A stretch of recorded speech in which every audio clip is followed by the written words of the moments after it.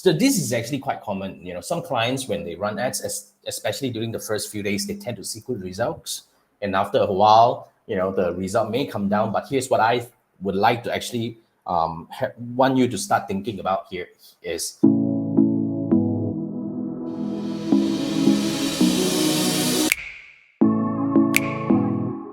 we do not judge the campaign performance based on daily performance, but rather I would like to stretch it out to a 7 days weekly data.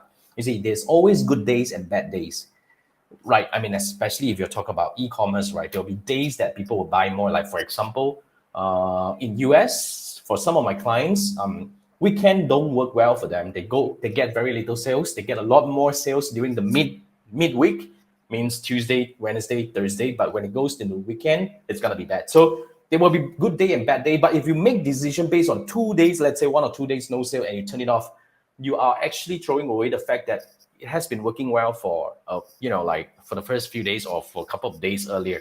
So when we are analyzing the campaign, we always use a 7 days benchmark because that's a better data kind of like a duration for us to gauge the campaign performance. So we always give it a week. So instead of giving a daily target to the campaign, give a weekly campaign instead. Let's say, like you believe that I want to get 7 sales per week, but 1 or 2 days no sale, but some days got 2 to 3 sales. You have to understand the fluctuation. But rather, instead of judging the campaign performance based on the number of sales, I will always recommend that we judge the campaign performance based on the right metrics.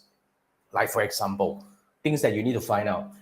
Is your ad creative working in terms of the CTR? Are they performing to the benchmark? If they are not performing to the benchmark, we should actually consider testing different creative. Now, is your landing page working in terms of getting people to go to the next step? Say, for example, 100 people lands on your website. How many of them start browsing the content, as in like your products? And how many of them actually eventually add to cart and purchase? So there are many metrics for us to analyze and to determine the effectiveness of the campaign. And we use weekly data, and that's how we do optimization. So if the creative is not so good, as in either CTR is low, but the ROAS is good, which means we are able to kind of get more results and get more sales actually by tweaking the ads creative. That's one thing. But if your add to cart rate conversion from landing page view is low, we should consider fixing the landing page, because that would actually eventually get you more sales possibly without spending more money. So that's the beauty of analytics. I'm so sorry.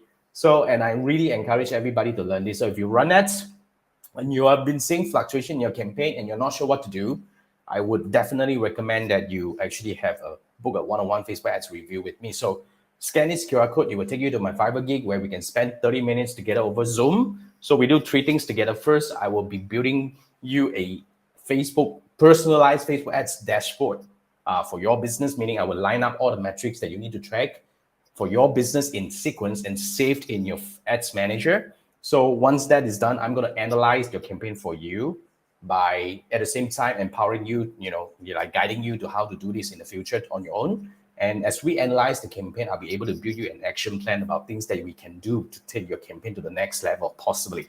So yeah, so this is what we're going to do. So if you've been running ads and you're not sure what to do next and all that, and you don't really know how to make sense of the numbers, scan this QR code, it will take you to my Fiverr gig, purchase the gig, then we can have a 30-minute one-on-one Zoom call together.